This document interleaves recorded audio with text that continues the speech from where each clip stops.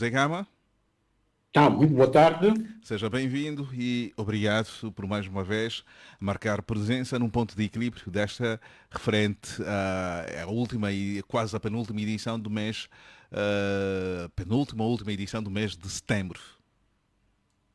De facto, mais uma vez, eu que agradeço por estar aqui para podermos interagir com os ouvintes da Despertar, da Rádio de Confiança. José Gama, a África do Sul está com um clima bastante atípico, parece que nevou a semana passada, algo pouco comum para a realidade climática deste país mais ao sul do continente africano. Pois, embora tenhamos saído há pouco tempo do inverno, desde a sexta-feira ou quinta-feira passada que o clima mudou drasticamente, voltou a fazer frio, está úmido e, ao mesmo tempo, com caída de neves em algumas partes do país, sobretudo ali nos lados da província do KwaZulu-Natal. E eu penso que deve ter havido uma corrente fria a atravessar o país, a costa, e que terá provocado esta alteração anormal no clima do país. Não assustou os sul-africanos. Eh, As pessoas ficam prevenidas, né? Porque os seres- os, as pessoas ficam prevenidas, porque há sempre aviso quando isso acontece. Portanto, não espantou. O que espanta é neste período. Era um período que já saíamos do frio, avançávamos para o calor, de repente volta a fazer assim esse frio inesperado. As manhãs já estavam quentes, agora voltaram a estar frias. Então, para quem Mas penso que deve tem por viagem curto período de marcada, tempo. quem tem viagem marcada para a África do Sul, precisa efetivamente agasalhar-se, estar à altura daquilo Exatamente. que está, do clima que está nessa altura a se viver na África do Sul. Isso é Exatamente. apenas o aperitivo. Mas, Gama, eu tenho sempre alguma curiosidade. Sendo alguém que acompanha a realidade mundial, há um debate que aconteceu no país depois das eleições. Falou-se muito da necessidade de se contestar o voto nas ruas e houve uma crítica bastante pesada à oposição, particularmente à UNITA, e alguns segmentos até hoje continuam de costas voltadas com a UNITA, achando que a UNITA não deveria ter optado em assumir os cargos, ou seja, tomar assento na Assembleia Nacional, mas tivemos uma situação bastante interessante que se assemelha um pouco à realidade angolana, as eleições na Venezuela. A oposição saiu à rua, muita gente perdeu a vida. No final, Maduro continua e foi confirmado pelas instituições que dizem que são instituições do Estado, mas que foram efetivamente essas instituições capturadas pelo regime de Maduro. Como se pode vencer esses regimes? Na rua não é possível. Nas urnas também torna-se difícil. E aqui no nosso país pouco se debateu essa realidade da Venezuela, que não é muito distante daquilo que é a nossa realidade, principalmente da forma como são realizadas as eleições. São eleições bastante contestadas pela oposição. Na Venezuela há um caso bastante interessante que a oposição acabou por escrutinar e, segundo as atas, quase perto de 80% daquilo que são os votos que foram escrutinados, ou seja, acabou por escrutinar perto de 80%. Que comentário lhe oferece fazer aqui usando esta realidade venezuelana e a nossa realidade? Primeiro é que, no caso das eleições da Venezuela, comparando as de Angola, a oposição naquele país conseguiu contabilizar uma boa parte dos resultados provenientes das atas. No caso de Angola, a nossa oposição teve dificuldades, terá sofrido também infiltrações por parte do regime e não, infelizmente, não conseguiu ter pelo menos aí os 80% também de atas, todas elas contabilizadas. Depois é que vimos também a própria, mesmo se fizesse, as autoridades não iriam aceitar, porque para elas as atas que valiam eram só apenas, a contagem apenas era aquelas que estavam sob tutela da Comissão Nacional Eleitoral. Com isso, por carência ou falta de datas para poderem contrapor, a oposição não conseguiu ir às ruas para protestar. Mas o protestar não era para fazer violência ou outras ações, conforme o governo às vezes gosta de fazer, pregar, porque até quem tem capacidade para promover violência no país, o único esmagar e matar é o próprio governo. A oposição não tem não iria por aí. Mas que lições se podem tirar em que o povo saiu à rua, mas ainda assim o E regime no caso da não cedeu? Venezuela, as pessoas saíram às ruas, fizeram um pouco de pressão. Também a mentalidade dos líderes da Venezuela não é a mesma que a da Angola. No caso da Venezuela, ela tem ainda um pouco de cautela nos termos de usar, de reprimir a população, né? Porque ali é uma sociedade aberta, mais madura. No caso de Angola, as autoridades não têm problema de fazer isso, mas o importante depois é arranjar um argumento, dizer que não, os fulanos queriam dar um golpe de Estado, os fulanos queriam fazer, atribuindo sempre Ou seja, alguma culpa, ou que é seja, que o mais Gama, ou que é seja, o que mais precisa. Agora, quanto à questão de cair, esses regimes caírem nas ruas, não. Essas ditaduras como as da Venezuela, esses regimes autocráticos, não podem nem devem cair nas ruas. Eles podem cair por via das próprias leis, porque esses regimes, quando estão na fase final, ele procura se acorrentar e ele vai aprovando, vai fazendo uma Constituição eh, à sua medida, vai aprovando leis para tentar ir contra os outros. Depois, serão estas mesmas leis que depois podem ser usadas para a sua queda, porque ele finge, ele simula, dá a entender que ele é um cumpridor das leis. Então, depois tu pegas essas mesmas leis para ir contra ele. Por exemplo, temos essa lei do vandalismo. Ele tem essa lei do vandalismo que ele vai usar contra a oposição. Que ela diz que numa manifestação pode penalizar até o indivíduo que promover a manifestação. Ele vai infiltrar alguém, depois vai culpar a oposição.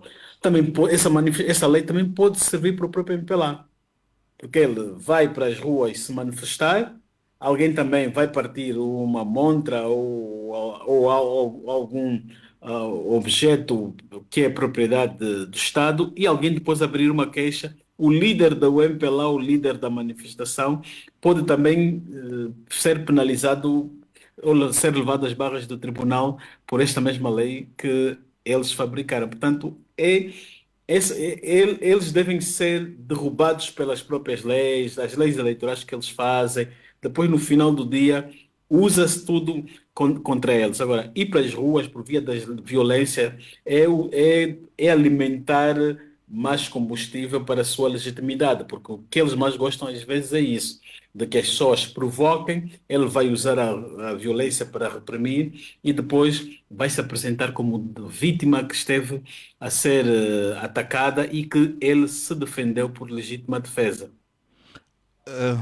é efetivamente uma reflexão bastante interessante, mas há quem também olha numa outra perspectiva, diz que essas manifestações, no caso da Angola, podem servir de pretexto para decapitar a oposição, ou seja, aqui o regime está à espera de um deslize para acabar definitivamente com aquela oposição que, de certa forma, e numa perspectiva objetiva, ameaça o poder. Sim, depois nós já temos um antecedente que foi de 92. Nós deveríamos ter ido para a segunda volta das eleições e o governo, para evitar e inviabilizar esta segunda volta, o que é que fez? Armou a população, pôs a polícia e o exército a civil, pôs-lhes as fitas na cabeça.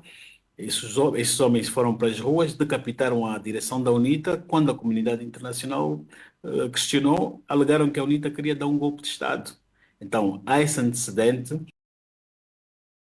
Desde hoje, os dirigentes da oposição têm medo e sabem que o regime nunca não iria hesitar em voltar a usar o mesmo método para reprimir.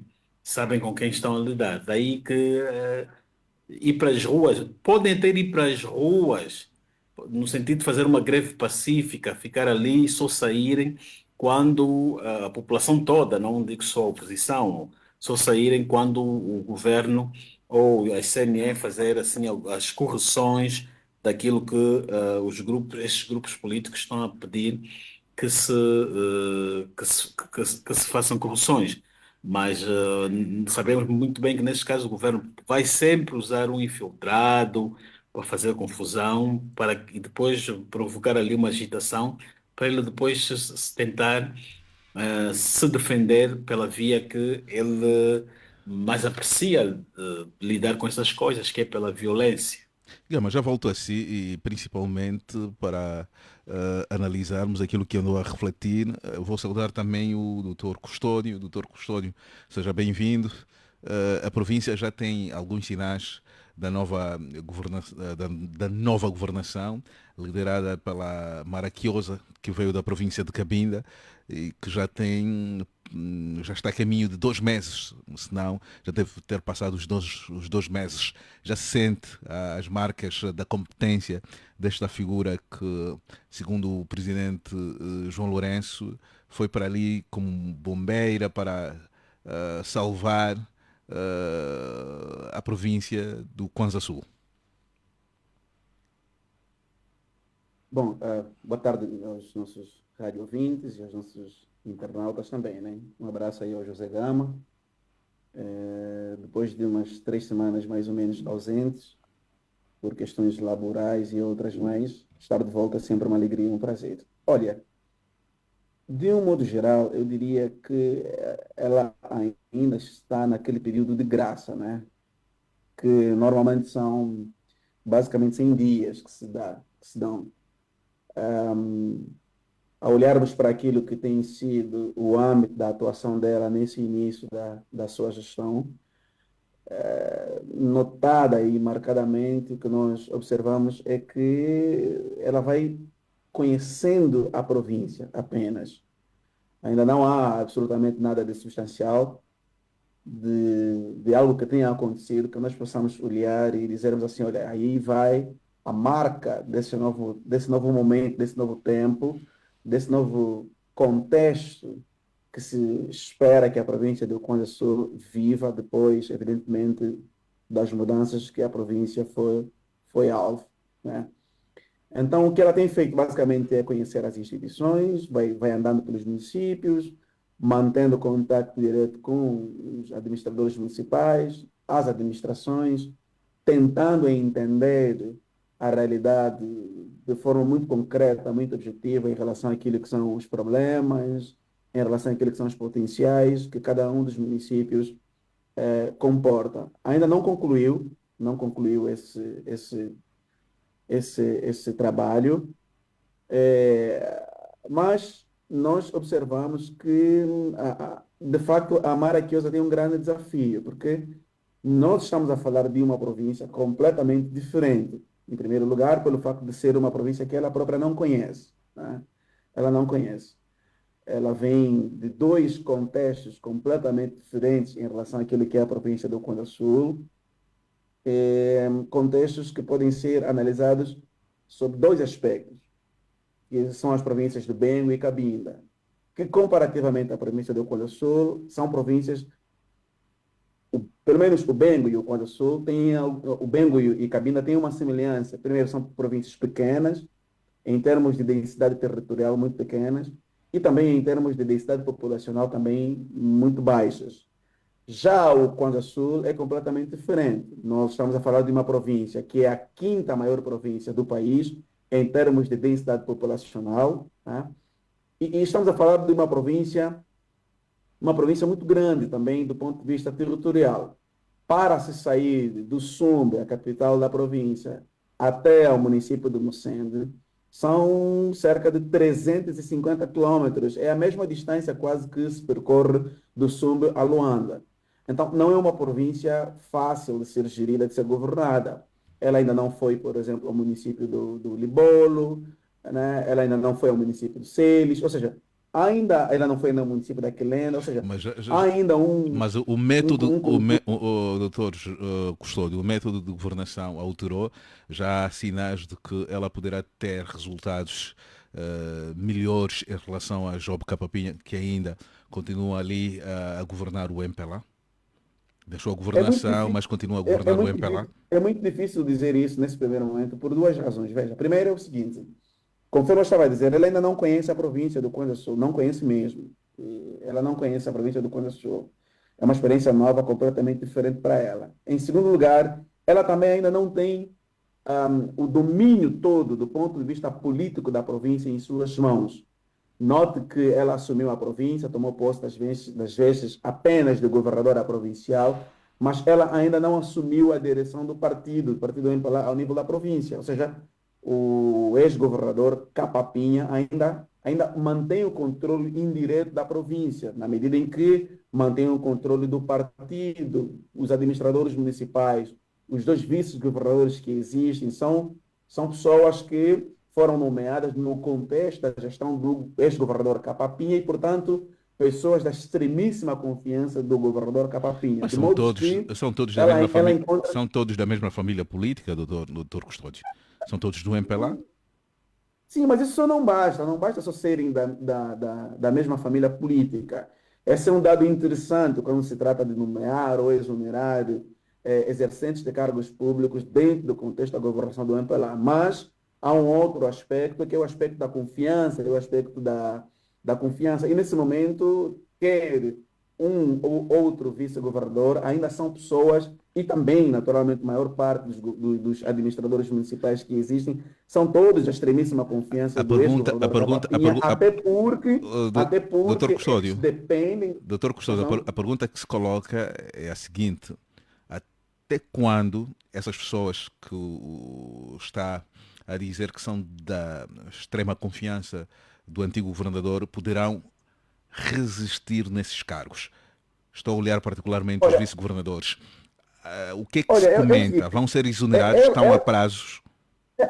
é que ela, nesse momento, está de mãos atadas, porque ela tem dois desafios. Mas Um é há encarar os há desafios uma que a tendência província de tem. exonerar os vice-governadores? Há essa tendência? É, veja, sabemos que já há propostas nesse sentido que já foram feitas. E também o que nós sabemos é que, ao que parece, os dois vice-governadores que serão nomeados serão pessoas que virão de fora da província do Conde Sul, o que efetivamente também já é um outro desafio. Primeiro é que ela está a trabalhar com pessoas que não são da confiança delas, aí ela quer trazer pessoas que são da confiança dela, mas que não conhecem a província do Conde Sul.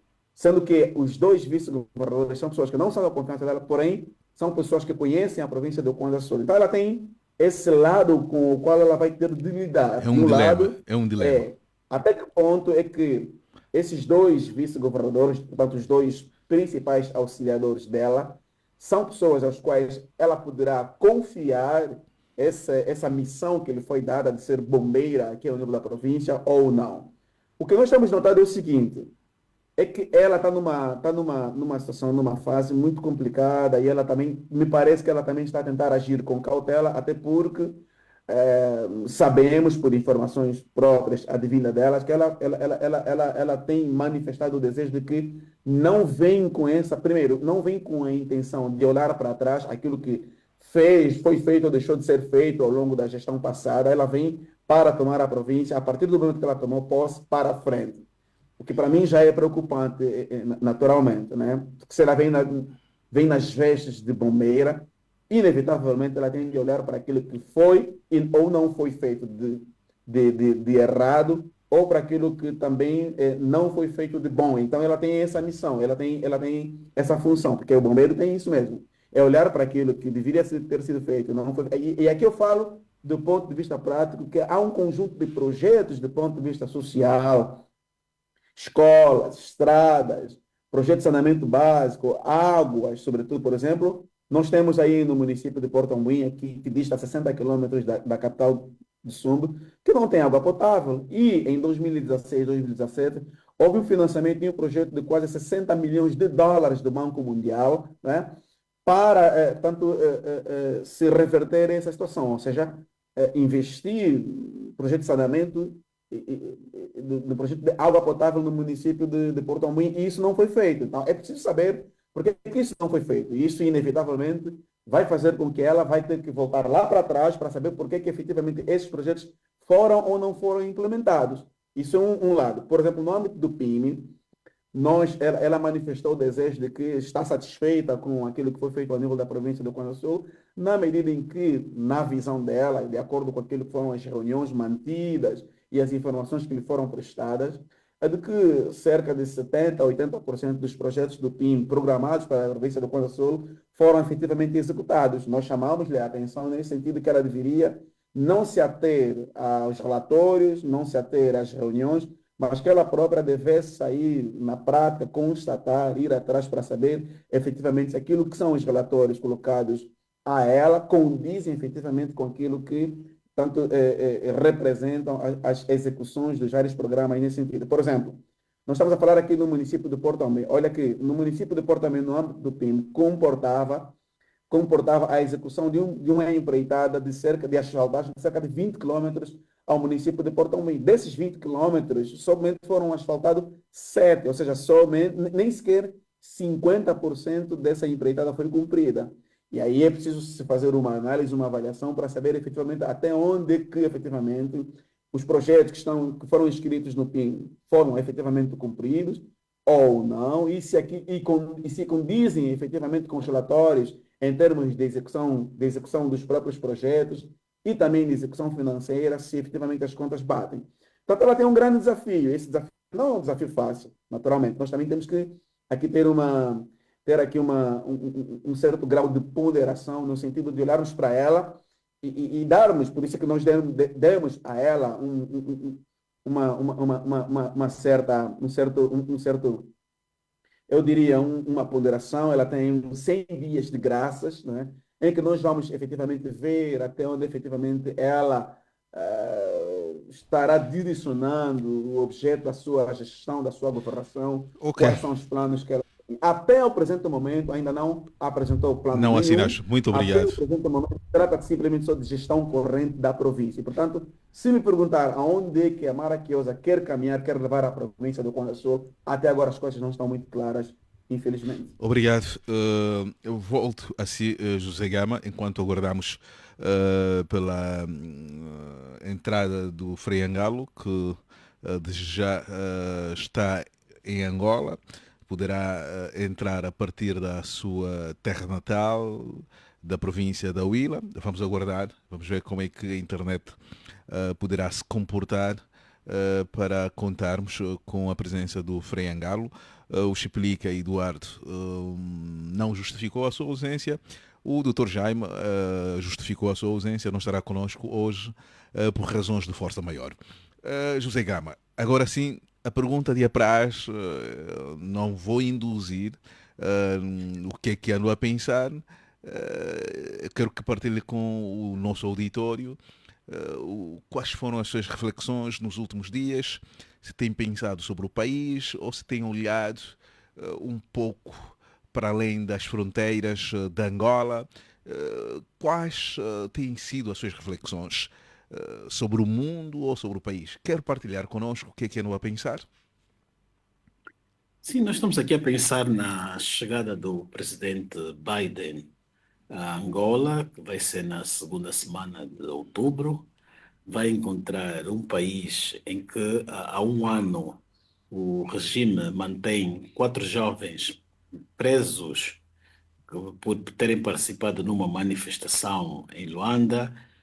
Foram inicialmente acusados de um crime que era de insulto ao presidente da República por terem estado com panfletos a dizer que Angola era uma ditadura, e o crime foi transferido ou convertido para desacato às autoridades. O Biden chega ao país numa altura que os Estados Unidos estão em campanha eleitoral. É o Partido Republicano que faz defesa pelos direitos humanos, e ele está a visitar um país que os relatórios do próprio Departamento de Estado dão nota negativa a Angola, os relatórios recentes da Human Rights Watch dão nota negativa a Angola, relatórios recentes da Amnistia Internacional pede a libertação dos jovens e denuncia que o governo está a negar tratamento médico aos mesmos. O Adolfo Campos, a esposa, já reclamou e denunciou que está doente, estão a negar tratamento a ele. O Tanais Neutro já entrou para a cadeia com problemas sérios de saúde e até aqui nada. Ele, esta semana, fez um vídeo que foi vazado pelas redes sociais e diz que emissários do presidente foram ter com ele, fazendo-lhe a proposta de apresentar um pedido de perdão público em troca de liberdade ou da sua soltura. E isto põe-nos a refletir que se de facto estão a fazer esse pedido, se de facto são verdadeiramente ou verdadeiros emissários do presidente, ou se são pessoas que foram se fazer ou se insinuar, isto revela que Tanais e os Adolfos são prisioneiros do chefe de Estado angolano. José E numa Gama, democracia, o presidente. por aquilo que nós conhecemos, o presidente João Lourenço, em alguns momentos, tem dado sinais de velar pela sua imagem e, sobretudo, como é que ele poderá ser lembrado após deixar o poder. Acha que poderá tirar da cartola um decreto onde poderá perdoar um pouco a lei da clemência de todos aqueles que foram condenados por crime de opinião ou por delito de Eu penso que opinião? poderá fazer isso por ocasião dos 50 anos da independência, mas agora sim, não. O governo está com dificuldades de libertar esses jovens. Primeiro é que eles condenaram-nos num processo manipulado e fabricado e não estão a saber como resolver isso. Agora, o presidente tem que ficar atento e não permitir que as forças de segurança comecem a banalizar e abusar do seu nome para estar a prender as pessoas. Isto é causar sofrimento às famílias angolanas. E o presidente não pode ser um fator ou um elemento de estabilidade familiar, um elemento que causa remorso, que causa sofrimento às famílias angolanas por via dessas leis e destes oficiais das polícias que estão a prender e a perseguir a torta à direita. Até parece que a E aqui polícia há um caso deixou de ter particular, há um caso de particular, trabalho. José Gama, há um caso particular que é da Netnara. Sabemos que antes dela ser detida, já falou do Tanais Neutro, são pessoas que foram condenadas já num estado de saúde que exigia cuidados especiais. E sabemos que a primeira-dama há tempos fez um discurso bastante emocionado. Não se for apelar à sensibilidade da primeira-dama, não poderá influenciar o seu esposo a pelo menos olhar para esses casos particulares por razões humanitárias, a retirada dessa gente, dessas duas ou dos demais da cadeia? Sim, a primeira-dama é mulher, tem sensibilidade de esposa, de mãe.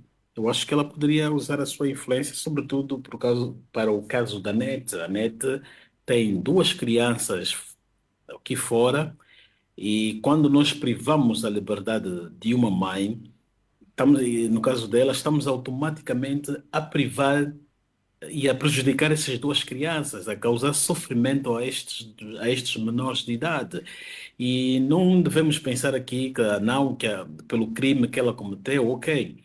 A NET em tribunal reconheceu que andou bêbada, andou drogada e que os pronunciamentos que ela fez, em que destratou a imagem do Presidente da República, fez naquele estado de embriaguez e poderia ser um atenuante, mas a NET foi condenada a 1 ano de prisão, mas logo a seguir a Procuradoria-Geral da República, que é um órgão que depende do Presidente da República, recorreu e agravaram a pena da NET. Quer dizer, aí já foi um agravar do interesse do governo, do interesse da entidade que pertence ao Presidente da República. E agora, aí Guilherme, foi o próprio Estado. haverá alguma razão da primeira-dama não assumir isso também como um propósito dentro das suas causas sociais, como uma senhora em que algum setor, algum segmento da sociedade reconhece o seu nível de sensibilidade, o seu nível de amor ao próximo? O que é que se deve fazer para se fazer chegar essa mensagem e da necessidade para que esses jovens sejam colocados à liberdade? Bom, eu acho que aí mesmo a primeira dama, as filhas, os familiares do presidente João Lourenço poderiam já começar começar a apelar o próprio para prestar atenção da forma como os órgãos de segurança e polícia usam a sua imagem para estar a aprender. Vejamos que José Eduardo, no fim da sua vida, depois também andou a reclamar que foi a segurança do Estado que lhe prejudicou no desgaste ao prender os miúdos 15 mais 2 a subverterem as manifestações e depois o ônus ficava para o senhor. Há essa alimentação que os seus familiares já várias vezes nas redes sociais reclamaram. E o mesmo episódio está a acontecer com o presidente João Lourenço. Ele não tem os 15 mais 2, mas tem estes dos Adolfos, tem a Nete Nahara, tem casos de 500, ou melhor, quase 200 pessoas que já foram executadas nas lundas. Quer dizer, estão a arranjar aqui um problema para o senhor Presidente da República e por isso nós acreditamos que a primeira-dama, embora não conhecemos até que ponto vai o seu trabalho nestas causas sociais e direitos humanos, mas é uma boa oportunidade para ela abraçar isto e para ser também essa etapa que restam apenas 3 anos para ver se ajuda na imagem do presidente João Lourenço, que em matérias dos direitos humanos não está nada boa, tanto nacional como a nível internacional. Então, nós entendemos, achamos que, e temos a certeza que ela pode, sim senhora, desempenhar este papel, já que o presidente está numa situação desolada, ninguém, as pessoas a seu redor não estão a ajudar, parece até que querem ver o senhor a cair, deixam-lhe cometer essas asneiras, aprovações de leis que promovem repressão, que promovem sofrimento, essas leis de vandalismo, leis contra as ONGs, leis de segurança e outras, deixam-no aprovar e amanhã vamos ver quando o presidente sair do poder, quando perguntarem a essas pessoas onde é que andavam, depois vão dizer que ele não ouvia, que era teimoso, mesmo que fazem com José Eduardo dos Santos, quando nós questionamos, quando o atual governo diz que o dos Santos desviou muito dinheiro para fora e enriqueceu os seus amigos, nós perguntamos aos senhores da PGR, da segurança, dos SICs, das polícias, onde é que eles estavam? E a resposta que dão é que naquela altura ninguém podia questionar ou aconselhar o presidente. E o quadro está-se a repetir. Tudo aquilo que o dos Santos passou, Lourenço parece que também vai passar e a ser empurrado pelos elementos que dirigem essas instituições que agora se dedicam a procurar elementos que alegadamente insultam o presidente. Até porque, na verdade, também ninguém aqui anda a insultar o presidente. É uma retórica que o governo criou, né? Prenderam a NET e amanhã, quando nós questionarmos quem é que anda a insultar, vão dizer, não, está aí a NET Nahara. Antes havia a retórica de que as pessoas querem fazer confusão porque querem guerra, porque querem que são inimigos da paz. Hoje, como já não pega esse discurso de querer guerra, então agora inventaram isso de insulto ao presidente. Qualquer pessoa que vem, eles alegam que não, está a insultar o presidente. Até é vergonhoso quando usa-se esse tipo de argumento do tal insulto. E depois a questão é que ninguém sabe como é que esse insulto é crime, o que é o insulto, que é para ser considerado como crime. Chamar nomes ao presidente, agora alegam que é é por chamarem nomes à mãe do presidente. Aqui também ninguém nunca ouviu ninguém chamar nomes à mãe ou pai de nenhum político em Angola. Portanto, isto é as tais propagandas que o governo Gama, procura fazer. Gama, ainda sobre esse assunto que tem marcado as suas reflexões, hoje estão a circular nas redes sociais uma imagem que alguns consideram pouco digna para a imagem da figura do Presidente da República, que é o discurso que fez na Assembleia Geral das Nações Unidas. O Presidente não concluiu o seu discurso, tiveram de desligar o microfone. Sinal de humilhação. O Presidente João Lourenço não é a primeira vez que discursa. Aliás, este parece ser o sétimo discurso. Sabe das regras. O que é que levou o Presidente João Lourenço a se submeter nessa situação que alguns consideram uma situação humilhante para a sua figura e para os próprios angolanos? Não, não acho que aquilo foi propositado que ele quisesse submeter aquilo. João Lourenço até não é pessoa de se humilhar ou de submeter-se numa situação daquela. Acho que deve ter havido aí mesmo um erro técnico. Ele estava a discursar e ao meio houve aí qualquer paralisação. Estava ali estava naquela sala. Eu lembro, vi também comentários das pessoas a questionarem a ausência de pessoas na sala. É que não é raro ver aquela sala das Nações Unidas, que ela é cheia de pessoas. Aqui, ele, quando vai se discursar, não vai discursar para as pessoas que estão ali. É que eles vão transmitir aquilo em direto para a televisão e ele vai discursar para todo o mundo, para os bilhões de habitantes que o mundo tem, não necessariamente para quem O está que conta não é o número naquela de pessoas na sala. sala, é o número de pessoas que acompanham esse discurso a partir de casa. Sim, aquilo é para os que estão em casa. Os que estão ali são geralmente os técnicos, as delegações que eles levam, e não necessariamente que tinha que estar ali cheio. Aliás, de todas as vezes que o presidente esteve, todos, nem só o presidente, quase todos que lá estão nas Nações Unidas a discursar, a sala nunca está cheia, né? O presidente, desde que chegou ao poder, só uma vez é que faltou em setembro de 2022, que não discursou porque sentiu-se mal na sequência das eleições, mas no resto tem estado a cumprir lá com a sua agenda Ok, anual. então é um não assunto, estas críticas que estão a ser feitas nas redes sociais, mas aqui também chama a atenção, é a capacidade de reação da assessoria de imprensa da Presidência da República. Há quem diga que é um órgão inativo, não cumpre com o seu papel. Muitas das questões que acontecem, que beliscam a imagem do Presidente da República e do país, é muito também por culpa desse órgão que anda fechados, se comporta como se fosse um órgão da secreta, não consegue estar além dos acontecimentos, nem tem a capacidade de reagir às acusações que são feitas e principalmente aquelas que merecem efetivamente a resposta, a explicação, porque eles têm o dever de informar o país, andam fechados. A que se deve essa postura bastante de letargia do setor da assessoria de imprensa do presidente João Lourenço? Epá, temos que perceber que aquilo, a assessoria do presidente é escola cubana, é escola comunista. E o comunista não se comunica, o comunista faz propaganda. Faz propaganda. E ele, se fosse uma comunicação Verdade. profissionalizada, a essa hora eles já estariam a prestar esclarecimentos às pessoas que houve ali um incidente, etc, etc, e para as pessoas, para evitar especulação.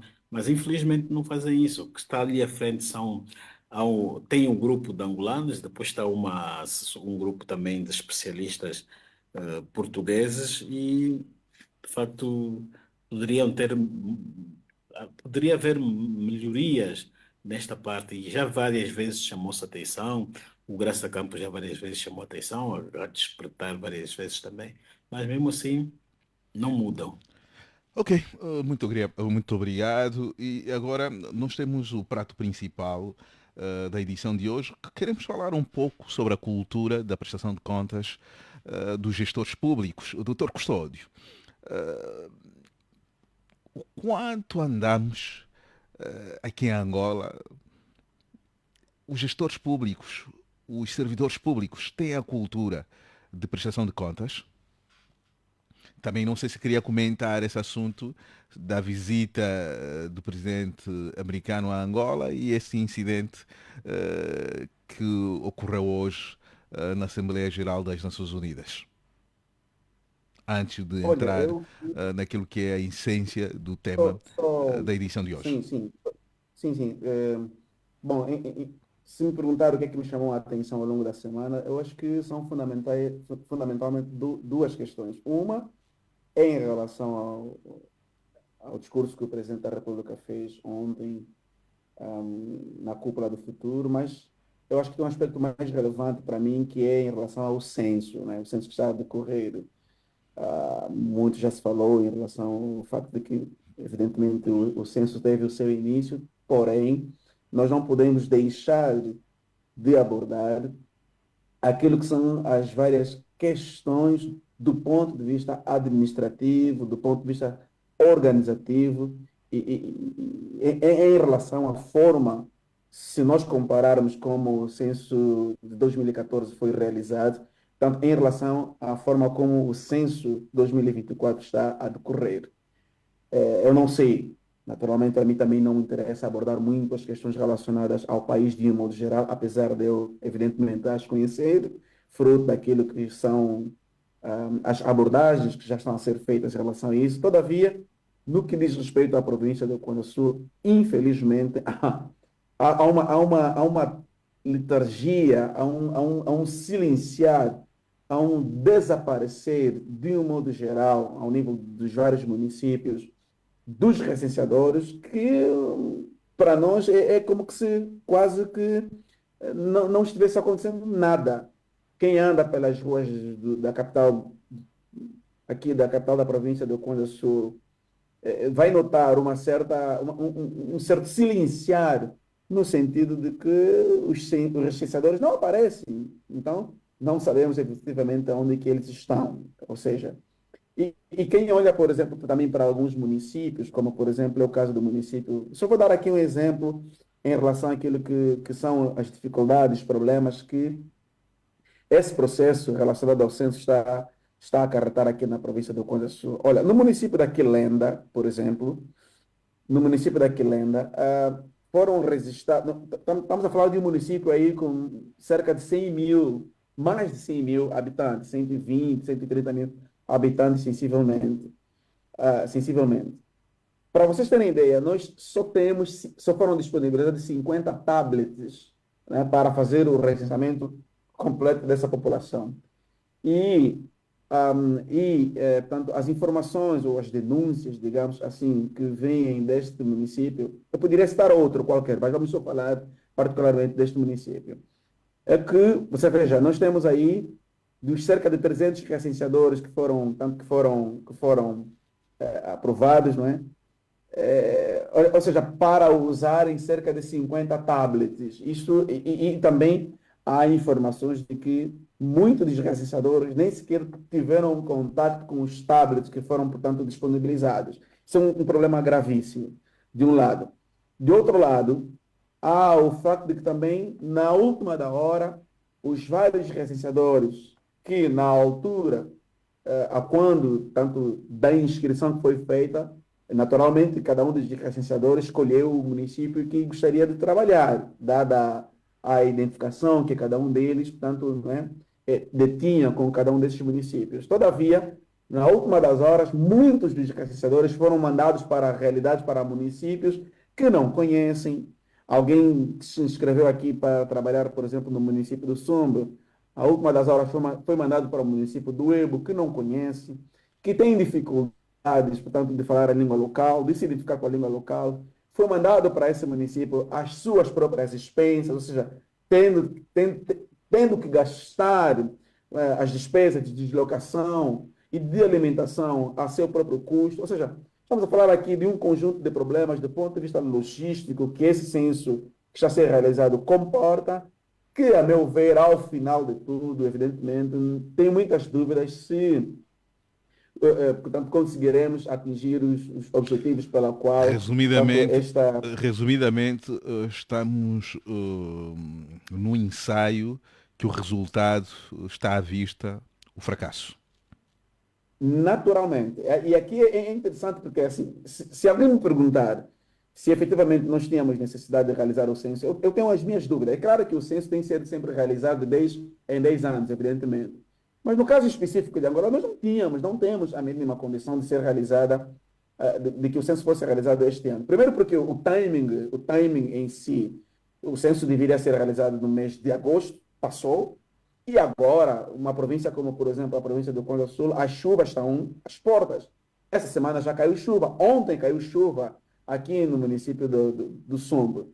E nesse momento as chuvas já começaram a cair. Eu fico imaginando como é que o Estado quer que efetivamente o número total da população do Congo Sul seja contada, sendo que muitos recenseadores, nesse momento, sem logística nenhuma, estão sendo enviados para localidades que já está a cair chuva. Então a pergunta é: o resultado desse censo evidenciará aquilo que de facto é a realidade das populações do país de um modo geral, mas de um modo particular da província do Congo Sul? Eu tenho as minhas dúvidas e eu efetivamente não colocaria fé no resultado final deste censo, em vista de todas essas questões que nós estamos aqui a falar. Esse é um aspecto. O outro, em relação ao discurso do presidente da República, eu acho que já foi falado aqui, o Gama já abordou, de um modo geral, eu acho que está aí o problema. O microfone, Gama, não houve problema, o microfone foi desligado, pelo menos no dia de ontem, o microfone foi mesmo desligado, porque na cúpula que foi realizada ontem, cada chefe de Estado tinha apenas 5 minutos para falar. O presidente do Brasil, o Lula, também teve o seu microfone desligado, e o João Lourenço teve o seu microfone desligado justamente porque se excederam no tempo da sua fala. Esse é um aspecto que precisa ser realçado. O outro é em relação ao conteúdo. Se essa cúpula, tanto estamos a falar aí da cúpula do futuro, né? Realizada pela ONU, teve por intenção, ou na agenda dessa cúpula, era, portanto, que os Estados pudessem assinar um pacto digital global, em que pudesse vir, depois declarada, aquilo que são as políticas que cada um dos Estados pudesse adotar para preservar as gerações futuras. Nesse sentido, o presidente João Lourenço recebeu muitas críticas, justamente porque aquilo que ele foi levar como questões formais do seu discurso são questões com as quais Angola vive e que são as questões com as quais o governo angolano não tem dado solução. Por exemplo, na questão que tem a ver com acesso à informação, acesso a uma administração pública, por exemplo, digital. Nós temos muitos problemas nesse sentido. E, portanto, as pessoas... que foi o discurso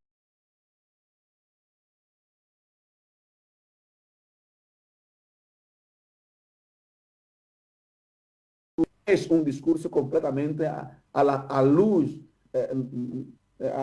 Alice no País das Maravilhas, né? Porque é um discurso completamente destoado daquilo que é a realidade que o país está a Doutor, viver. a palavra chamou bastante atenção, tem a ver com a questão da necessidade de se combater a fome no mundo. E aqui, Naturalmente, se o naturalmente. presidente João Lourenço, algo que chamou também a atenção,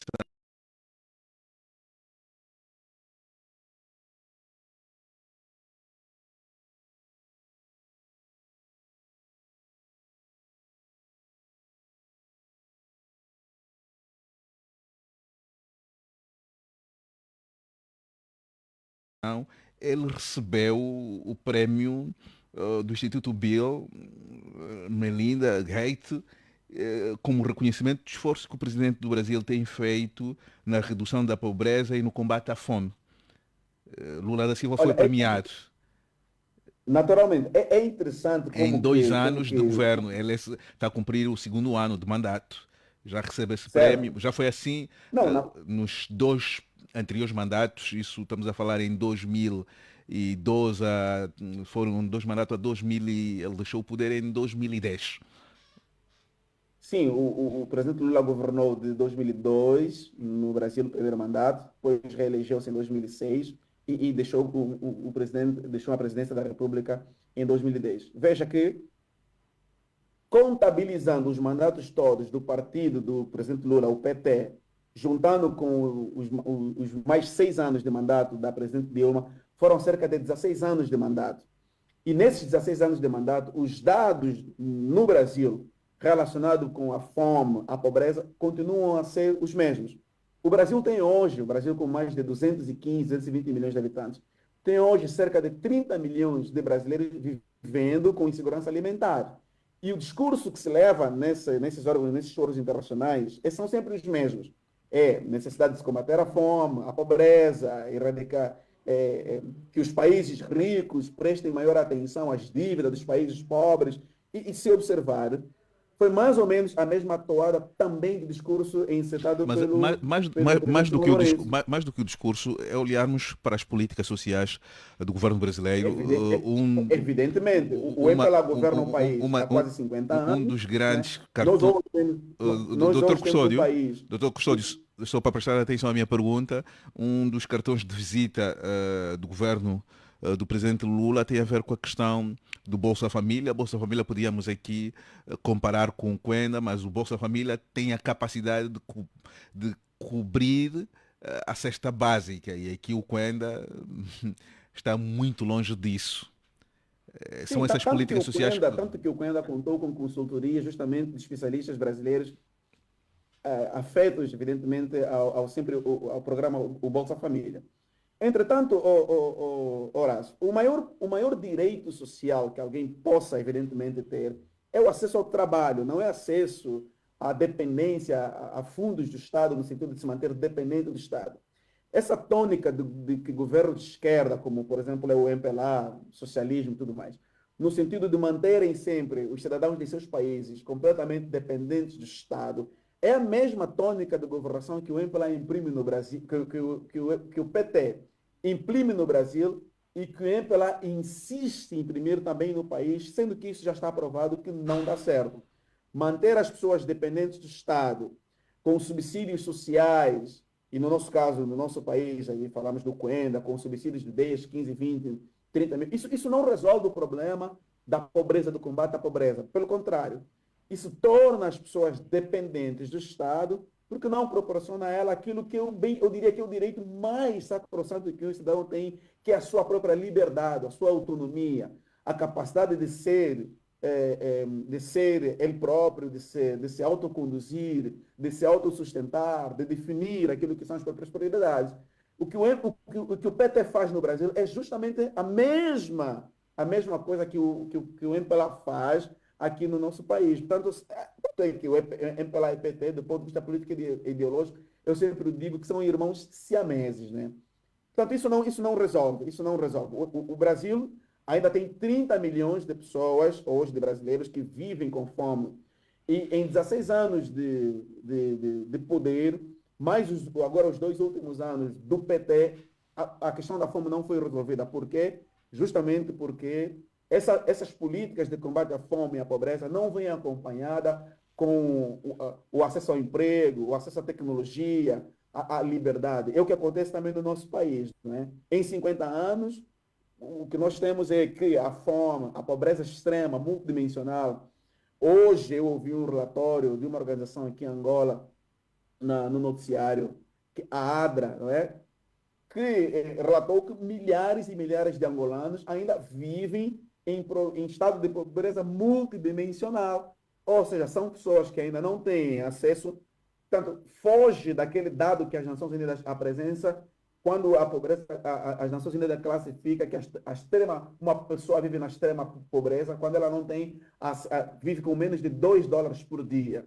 A pobreza multidimensional, ela extrapola isso, mais do que a pessoa viver com menos de $2 por dia, é a pessoa que não tem expectativa nenhuma em Nenhuma de relação à vida. sua vida, em Mas, relação ao seu futuro. doutor Ou Custódio, seja, doutor Custódio, isso muito, isso muito é isso que podia, nós temos em Angola, muito podia, infelizmente. muito podia se falar sobre a questão da fome, mas vamos àquilo que é a essência do nosso tema, a questão da prestação de contas por parte dos gestores públicos ou de É quem verdade. tem a responsabilidade de gerir o que é de todos nós. Olha, eu acho que a questão relacionada com a prestação das contas públicas, a meu ver, ela é algo que deve ser abordado de maneira relacionada com o nível e a qualidade da democracia que um país pode ou pode não viver. Ora, se nós olharmos para o nosso país, e aqui é interessante, nós também já abordamos isso aqui mesmo em vários outros programas, é que não se pode falar de um país em que os gestores prestam conta quando, do ponto de vista da participação democrática do cidadão, isso é algo muito incipiente, é algo muito ínfimo. Ou seja, só se pode falar da qualidade de prestação de contas públicas num determinado país quando nós analisamos isso, correlacionamos isso com o nível de democracia que esse próprio país vive. E sob esse ponto de vista, nós sabemos que o nosso país não é um país democrático ainda. Estamos em via, somos um país em que as liberdades públicas são constantemente tolhidas. O Gama deu aí exemplo do que vem acontecendo no nosso país em relação ao fato de que muita gente é presa, não se observa os formalismos próprios do Estado Democrático e de Direito. E no nosso país temos esse problema. Por exemplo, se nós olharmos para, vamos lá, o setor empresarial público no nosso país, os dados apontam que no mês de agosto agora, no mês de agosto do ano de 2023, então estamos a falar aqui há um ano, o relatório de contas do setor empresarial público relacionado ao ano 2023, portanto estamos a falar aqui do ano 2022, do exercício do ano 2022, demonstra que há aí um conjunto de capitalizações de empresas, portanto o Estado vai injetando mais somas de dinheiro em várias empresas públicas, que ao final essas empresas públicas não prestam contas, né? Essas empresas públicas não prestam contas. E isso é grave. Estamos a falar aqui de dinheiros que são injetados a essas empresas. Estamos a falar aqui de um conjunto de políticas públicas que o Estado também vai adotando, mas que no final das contas ninguém é responsabilizado, ninguém é chamado à razão. Instituições de controle, instituições democráticas que deveriam exercer de controle, a IGAI, a própria PGR, e própria inspeção geral, né? A inspeção geral da administração do Estado, tanto vão exercendo um papel que eu diria que é um papel que não é um papel no sentido de que o cidadão comum possa efetivamente se rever. São instituições que parece que existem mais para preservar aquilo que são os interesses do próprio Estado, em detrimento daquilo que são os interesses da República, os interesses dos cidadãos. Quem exerce qualquer tipo de cargo político, qualquer tipo de cargo público, e quem gere dinheiros públicos, tem de perceber, ou deveria pelo menos perceber, ou devíamos ter um ambiente em que qualquer pessoa que exercesse qualquer tipo de cargo público, percebesse que mais do que gerir dinheiro, está a gerir um dinheiro que é de Estado, é um dinheiro que é de todos nós, é um dinheiro que é nosso, né? Mas aqui nós também poderíamos abrir o leque da nossa análise. Isso, infelizmente, é um problema que parte naturalmente ao de cima, né?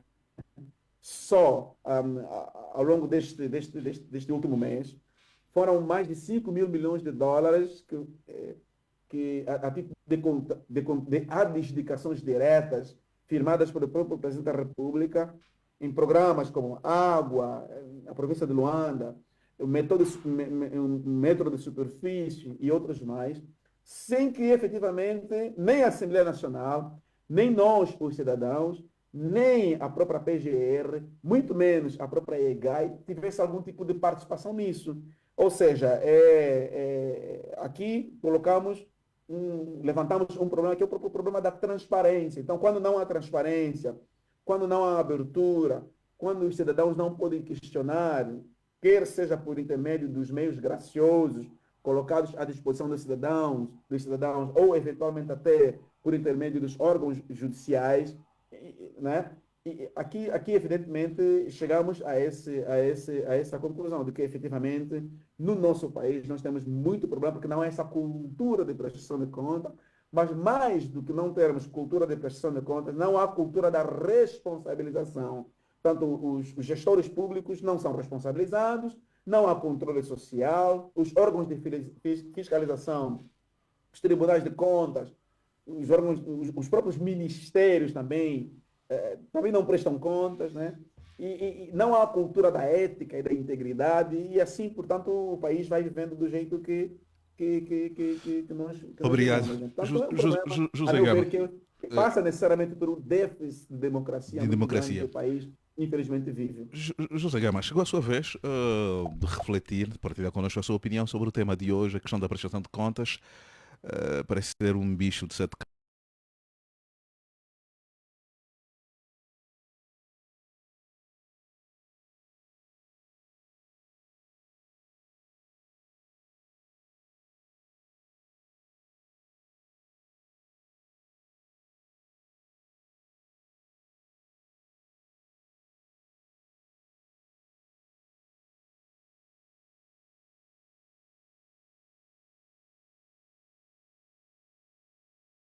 Que centralizava o poder.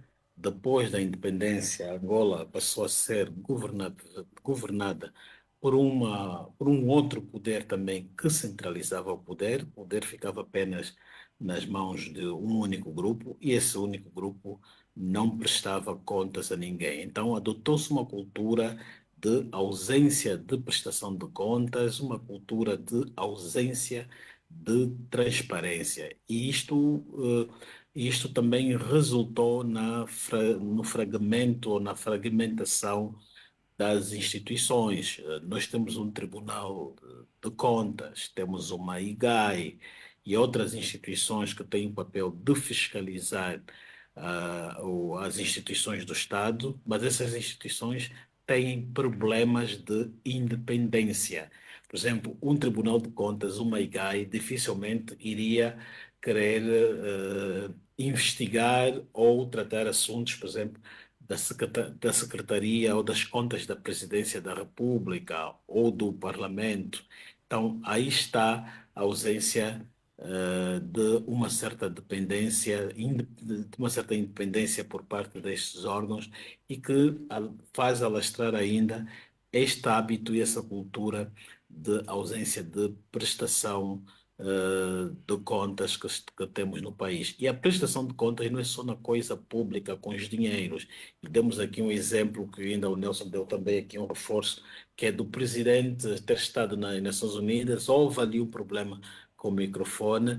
eh, Num espaço de uma hora já era momento da sua assessoria de informação ou de comunicação institucional fazer a devida prestação de contas ao público, para o público poder ser ele a defender o seu presidente, e não fez. Quer dizer, que a cultura de ausência de prestação de contas em Angola é generalizada aí em todos os campos, tanto no privado como no estatal e dentro do Estado, nos tribunais, nas instituições de defesa, em tudo. A polícia, às vezes, mata. Ainda há dias, a polícia, houve um incidente que a polícia matou uma quingla e a única coisa que anunciaram é que a polícia iria se responsabilizar pelo óbito, como se a vida da pessoa se resolvesse ou se esgotasse na polícia pagar o óbito, as despesas do óbito, e não se prestou mais contas do incidente, se o polícia já foi preso, mesmo se não for preso, se já foi a tribunal, para percebermos se de facto o que é que o motivou a fazer aquilo. E nós vimos pelas imagens que foi um incidente, mas seja como for, a polícia deveria já fazer a devida prestação de contas e não faz isso. E esta ausência de prestação de contas é que faz com que o país entre no campo da corrupção. Nós estamos a combater a corrupção desde 2017. Se não há prestação de contas, não tens como combater a corrupção. Se eu não presto contas, eu gasto os fundos públicos que está ao meu alcance da forma como eu bem entender. Então quer dizer que o combate à corrupção também, mais uma vez, não está a ser bem levado a cabo, fracassou. José Gama, Isso parte. aqui o doutor Custódio falava que essa ausência de prestação de conta tem que ver também com a qualidade da nossa democracia. Partilha dessa opinião. Correto, por isso é que eu dizia que nós nascemos de um regime, Angola como república, em que o poder era centralizado, não havia democracia, que é a participação de todos. Não havendo democracia, não havendo a participação de todos, isto também é lastro. Se nós tivéssemos, se a nossa democracia fosse boa, tivéssemos as instituições a funcionarem e eleitas em processos eleitorais genuínos, hoje todo governante iria querer fazer, iria pela prestação de contas, com medo de que o próximo governo que entrar, da UNITA ou da FNLA, pode me apertar e pode me expor. Não há isso. Então, como não há também alternância, as instituições se acomodam. Ela sabe que não preciso prestar contas, que não vou ser exposto, não vou ser responsabilizado.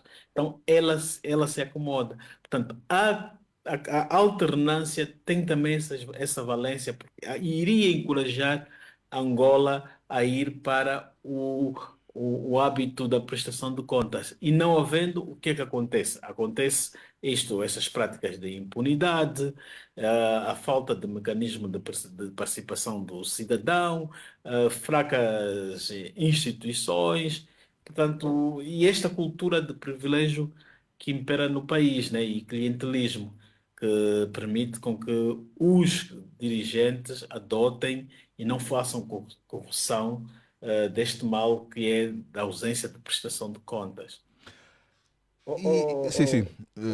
Gama, deixa-me só corroborar aí com alguns dados interessantes em relação ao nosso país, nessa pergunta que o Horácio fez. Uhum, Olha só interessante, como é que nós estamos nesse sentido, né? E aí eu vou concluir com um dado que aconteceu em Portugal recentemente, que todos nós uhum, acompanhamos. Por exemplo, isso tem tanto a ver com o nível e a qualidade da nossa democracia, que, por exemplo, os dados de 2020 e 2021 relacionados a Angola, Doing Business, olha, de 190 países, Angola está colocada no número 175.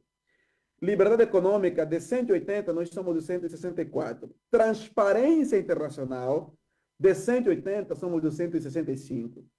Índice Moibraim de Governação, aqui da África, né, que nós todos conhecemos, que analisa a questão relacionada à boa governação, prestação de conta, participação do cidadão, direitos humanos, oportunidade econômica, desenvolvimento sustentável e outros.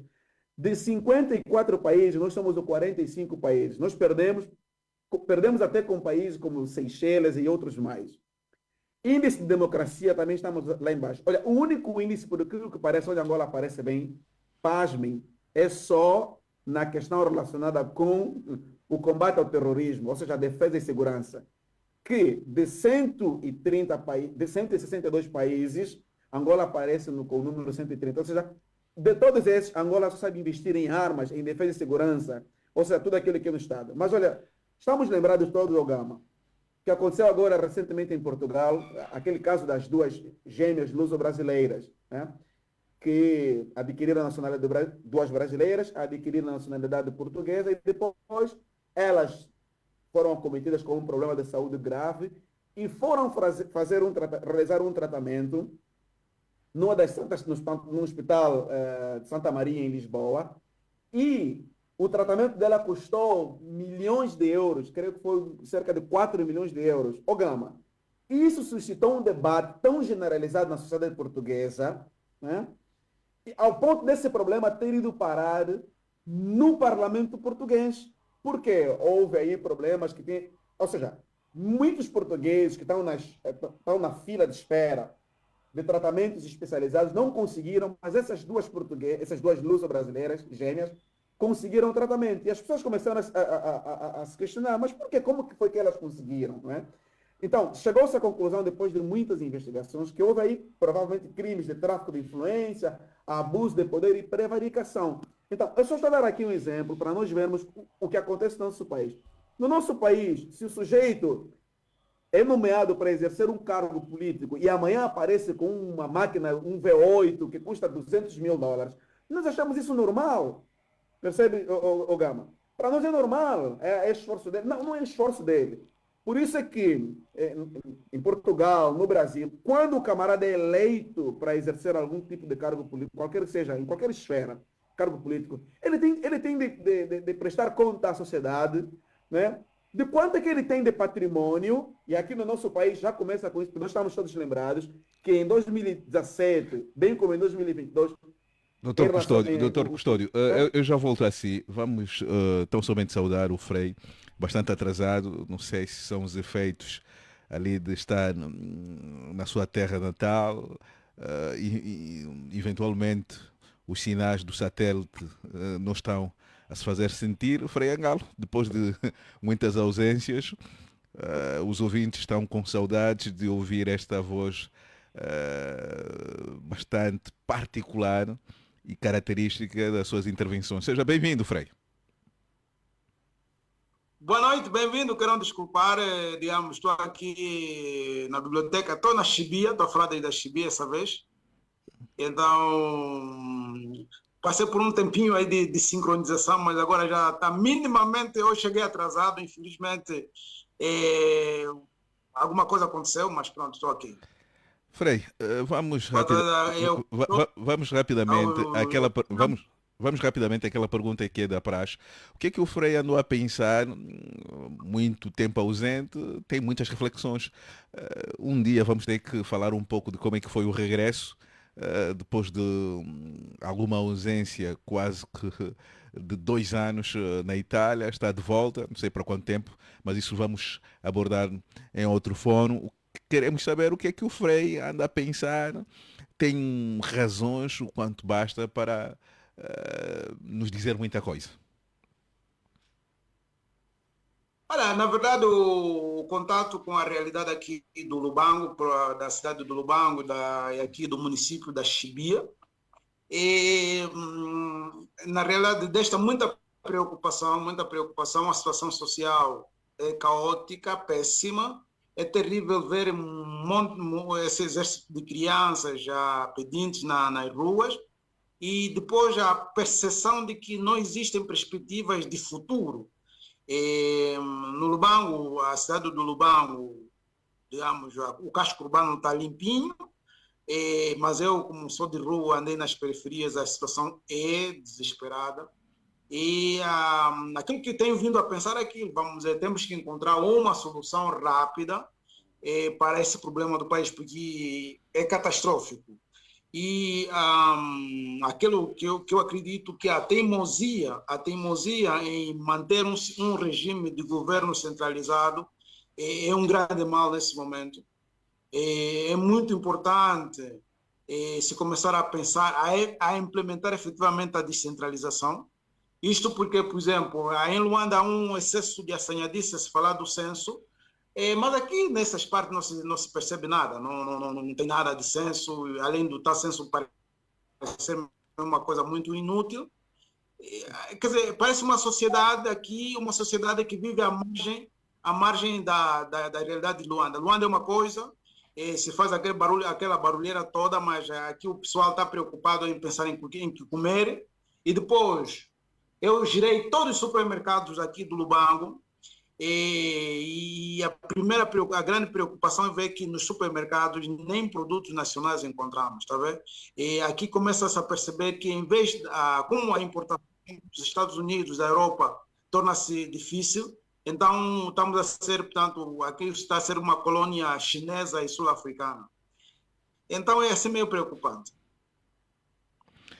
Frei, esta questão da pobreza e acabou por falar da necessidade de se encontrar uma solução a curto prazo, mas há uma crítica que é feita ao próprio cidadão. Parece que o cidadão, o angolano, aceita com facilidade a pobreza, aceita com facilidade a falta de transparência, há um certo comodismo. O Frei concorda com isso, que o angolano é um povo bastante acomodado a questões negativas, aceita com facilidade. Fica também com essa impressão? Olha, não, eu não fico com essa impressão. O problema é que o povo Quer dizer, nós temos um povo que se percebe como vítima, como, tanto como era tratado no tempo colonial, não é isso? No tempo colonial. É sempre à margem. Também com os governos nacionais, o povo sempre esteve marginalizado. Como o governo é uma coisa estranha, tá? Uma coisa estranha que incomoda, que aborrece, que as pessoas não gostam, mas não se identificam com essas estruturas como se fossem de interesse nacional. Não sei se me explico. Quer dizer, é uma estrutura que está aí, que aborrece, que a gente não gosta. É como colono, está a perceber? É como colono. Não é, digamos, um ente a que eu posso, com confiança, dirigir-me para resolver meus problemas. Portanto, é como no colono, né? Isso no tempo colonial. O povo sente-se à margem daquilo que é o governo, aquilo que eu percebo aqui no Lubango, aqui na Chibia. Vamos dizer, o governo não conta para o povo, ou seja, o povo não conta com o governo. Não sei se me explico. É uma estrutura estranha na sociedade angolana. E então, pronto, para eu protestar, por exemplo, para eu reclamar a uma pessoa, a uma entidade, eu tenho que confiar nesta entidade, eu tenho que me identificar com esta entidade. Mas o que acontece é que os governos nacionais também parecem uma imposição na sociedade angolana. São corpos estranhos na sociedade angolana. Por isso, vamos dizer, não se trata de passividade, mas se trata de universos paralelos diferentes. Está bem? Frei, estamos a abordar um tema que há muito para se falar sobre a questão da prestação de contas. Está na Chibia, na província da Huila. O cidadão da província da Huila tem conhecimento quanto é que é investido pelo Estado, quanto é que a província produz, se concorda com a forma como é utilizado o património público, aquilo que é o erário. O cidadão tem a noção disso. E como é que o governador ou os governantes, os gestores públicos na província se comportam diante do cidadão? Há a preocupação de prestar contas ao povo? Olha, a minha resposta a essa questão é semelhante à anterior. Como está a dizer, os governos são corpos estranhos na sociedade. Os próprios governos acham-se donos da realidade e, portanto, e aqui o conceito de aporofobia, não sei se já cheguei a explicar isto. A relação entre governo e povo é uma relação de desprezo e nojo, ok? Quem é governante tem uma relação de desprezo em relação ao povo. Portanto, e aqui os índices de analfabetismo, por exemplo, os índices de analfabetismo aqui no Lubango, aqui na Chibia, são elevados. Então, a relação de quem tem o mínimo de poder e aquele que não tem poder é uma relação de desprezo e nojo. Então, quem se acha dono do país, dono da realidade, não se sente na obrigação de prestar contas a ninguém. Este é um aspecto, digamos, prático. Outro aspecto concreto é este. Com o sistema centralizado da economia, os próprios governadores e, sobretudo, os administradores municipais, eu sempre repito isso, os administradores municipais são os entes mais inúteis e nulos que se tem na governação, porque são entes dependentes, não, eles não têm autonomia. Portanto, até, inclusive, talvez para mudar uma torneira, precisam de autorização de banda. E daí que a prestação de contas só acontece num contexto onde existe aquilo que se chama subsidiariedade. A subsidiariedade, o que é? Você tem um governo central, mas tem aquelas autonomias de gestão. Aquelas autonomias de gestão, no fim de um período, tem que apresentar contas daquilo que é o governo, entre comas, o governo central. Mas o que é que você tem? A governação em Angola é feita a partir do centro. E então, a fragilidade dos sistemas centralizados é exatamente a centralização. Portanto, quando o centro está corrupto ou o centro não funciona, o resto também não funciona. Porque nós temos um governo centralizado. Okay? As autorizações têm que vir de Luanda. Para acabar um buraco, tem que vir de Luanda. Portanto, quem vai prestar contas, e vai prestar contas de quem a quem? Não sei se é um dilema. Se me explico, portanto, é um dilema, Frei. É um dilema que precisa ser resolvido. Já volto a si, já mesmo para finalizar, porque estamos perto do final da edição de hoje. Aquilo que se diz quando a conversa começa a ficar animada, vem um tempo a nos dizer ponto final. Precisam voltar daqui a 7 dias. José Gama, há aqui alguns inputs que foram trazidos pelo Frei e pelo Dr. Custódio. tornou-se uma cultura a não prestação de contas. E o Gama falava de uma instituição que tem uma responsabilidade fundamental, que é o Tribunal de Contas, que também foi A consumida, internet. que esta instituição foi consumida, ou seja, foi vamos lá, vou procurar uma palavra acertada para isso, ou seja, o Tribunal de Contas deixou de ser um tribunal, passou a ser um órgão dependente do próprio executivo. Acaba por não chamar a atenção, acaba por não incutir o valor da prestação de contas aos governantes. E o dinheiro público é gerido de forma, vamos lá, a bel prazer de quem tem esse poder de gerir o que é de todos nós. José Gama está com o microfone fechado. Oh, opa, tinha coisa fechada aqui, pois. Qual era o coisa? Eu dizia, o Gama falava um pouco da incapacidade do Tribunal de Contas de fiscalizar as contas do Executivo. É um órgão que se resume em Pois, recomendações, raramente vai no centro daquilo que é o seu papel fundamental, exato, servir de exato. equilíbrio na utilização do património público. Não, porque essas instituições todas, elas, mesmo até estas do Poder Judicial, elas de qualquer das formas dependem financeiramente do titular do Poder Executivo e isto quebra uma certa independência delas.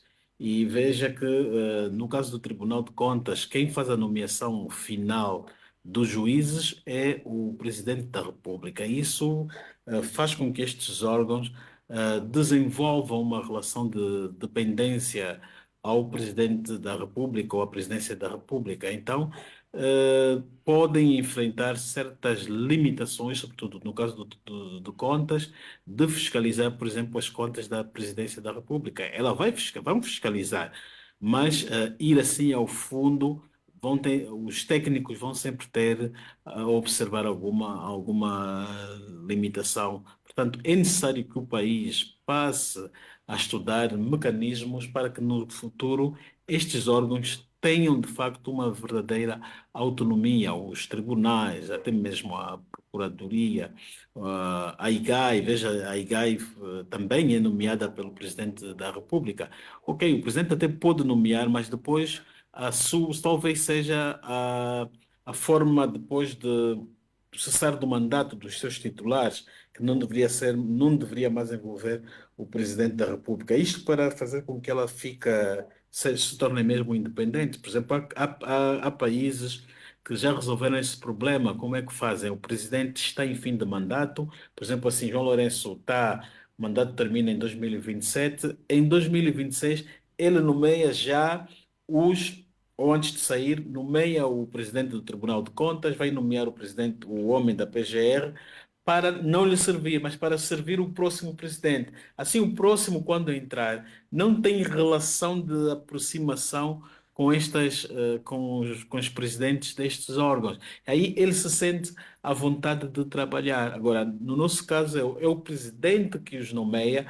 Pode-se falar concursos públicos, mas os concursos públicos são os que são, todos eles Gama, ausentes para resumir 30 de segundos, transparência. 30 segundos, este tema é tão interessante que acho que a próxima semana poderíamos analisar setor por setor. A Presidência da República é daquelas instituições que salta à vista em termos de prestação de contas.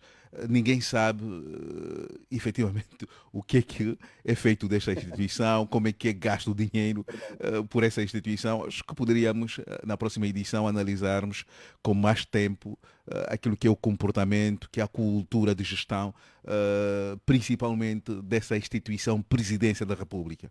Não sei se concordam com Horácio, coisa. Sim, sim. Concordo, Horácio. concordo, Horácio. Eu concordo. Frei? Olha, um caso Concordo. muito simples. Um caso muito simples que nós podemos ver que não temos cultura de prestação de contas. Por exemplo, os orçamentos para as eleições nunca se faz relatório. Agora, por exemplo, vai-se começar essa despesa inútil do censo. Primeiro, não se tem um orçamento e depois não vai se fazer balanço. Não, Pronto, é só para mostrar que no Frei, nosso Frei, país tem não existe orçamento, tem uma. orçamento. Frei, tem orçamento, tem Qual orçamento. é? Acho que são Qual é? 32 mil milhões de kwanzas. O orçamento está ali em 32 mil milhões de kwanzas, se não estiver enganado, mas fala-se disso.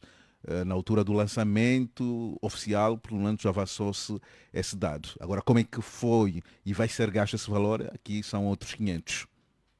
Tanto é que está a passar aí nas redes sociais de que o coordenador, no caso o ministro da Casa Militar, está a ser acusado de desvios de dinheiro, né? Esse é um dado interessante até. Não, mas olha, essa questão do censo é uma das coisas que não faz sentido nenhum, porque, por exemplo, eu trabalho da administração do Ministério da Administração do Território. O que é que o Furtado está a fazer aí, por exemplo? Né? É Boa uma das pergunta. coisas que a gente. A administração do território.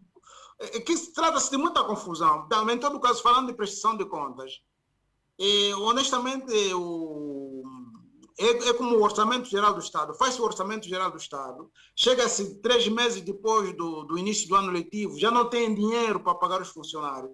Quer dizer, nós andamos às adivinhações e não se sabe. Portanto, agora estamos a fazer censo, porque como é que temos feito o Orçamento Geral do Estado se não sabemos quanta população temos no país, por exemplo? Os orçamentos das eleições, portanto, o balanço das eleições, quanto dinheiro se gasta para as eleições, por exemplo.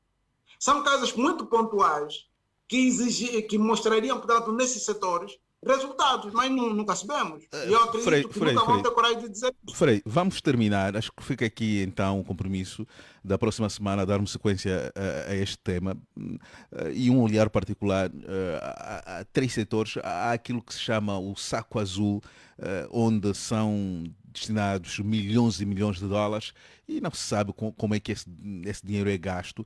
Acho que temos muitos elementos para analisar sobre essa questão de prestação de contas. Então vou pedir a cada um de vocês 20 segundos para finalizarmos esta edição. Começo por si, Dr. Custódio. Eu deixo aqui uma reflexão, que é o seguinte. Nós temos que parar e pensar o seguinte. A corrupção e a falta de prestação de contas, ela só floresce numa nação, num país, numa sociedade, onde efetivamente as fundações democráticas são sempre fracas. E, consequentemente, também, não é, as fracas fundações democráticas, instituições democráticas, elas sempre vão dar origem à má governação, à má prestação de contas. E, infelizmente, essa é a realidade do nosso país. Muito obrigado. Frei Angalo, os seus 20 segundos para finalizarmos com a sua participação na edição de hoje. Olha, muito obrigado. Assim, eu continuo convencido que o caminho de saída é a descentralização e a autonomia das instituições que devem ser autônomas.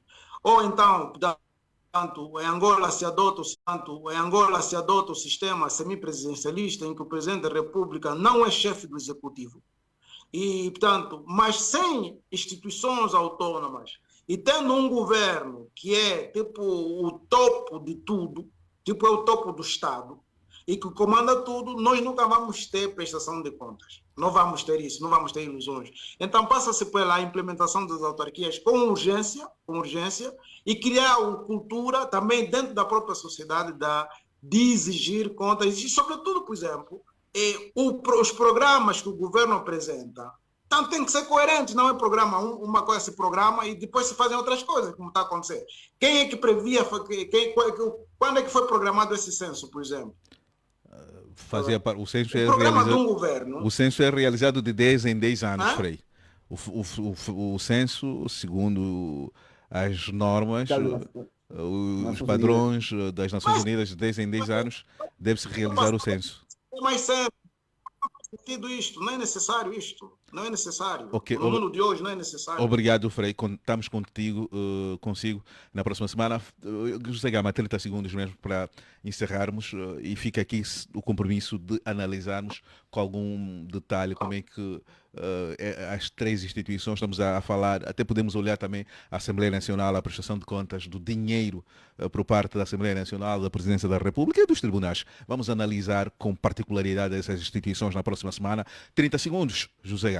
20 segundos, aliás. Pois, nós entendemos que a cultura de ausência de prestação de contas é fundamental e é necessário que a sociedade civil, os meios de comunicação social, as instituições de ensino e o governo trabalhem em conjunto para construir um país mais justo e também transparente rumo a este elemento que é a prestação de contas.